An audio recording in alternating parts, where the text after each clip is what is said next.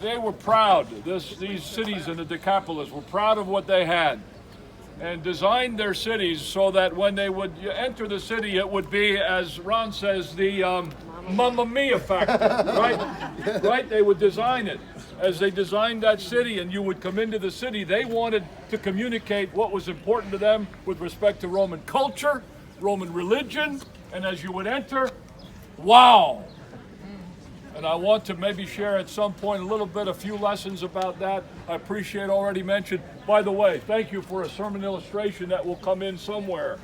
What a sermon illustration of finding a man with his skeleton hand clenched and peeling it open and finding the coins. What a sermon illustration. So thank you. We're going to use that. Do I have to give him credit for it? I will. I'll give credit there. Okay. Yeah. Okay. Go ahead. The Philistines were fighting against Israel. Israel's men fled before the Philistines. Oh no, we can hear it, right? Can you hear it? Yes. And many fell slain on Mount Gilboa. The Philistines pressed hard after Saul and his sons, and the Philistines struck down Jonathan, Abinadab, and Malchishua, the sons of Saul. When the battle intensified against Saul, the archers hit him, so he was severely wounded by the archers. Then Saul said to his armor-bearer, "Draw your sword and thrust me through with it, or else these uncircumcised will come and thrust me through with their torturing me, after torturing me." But his armor-bearer refused, for he was too afraid.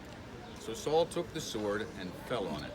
When his armor-bearer saw that Saul was dead, he likewise fell on his sword and died with him. So Saul, his 3 sons, his armor-bearer, and all his men died together that same day. When the men of Israel, who were on the other side of the valley, and those across the Jordan, saw that the men of Israel had fled, and that Saul and his sons were dead, they abandoned the towns and fled. Then the Philistines came and occupied them. It was the next day when the Philistines came to strip the slain. They found Saul and his 3 sons fallen on Mount Gilboa. So they cut off his head, stripped off his armor, and sent them through the land of the Philistines to spread the good news to the house of their idols and to the people. Then they put his armor in the house of Ashtaroth and fastened his body to the wall of Beit She'an. Now when the inhabitants of Beth Gilead heard that all what the Philistines had done to Saul, all their valiant men set out and walked all night, and took the body of Saul and the bodies of his sons from the wall of Beit She'an, then went to Jabesh and burned them there. They took their bones, they buried them under the tamarisk tree in Jabesh, and fasted for 7 days. That's the Israelite version of no man left behind.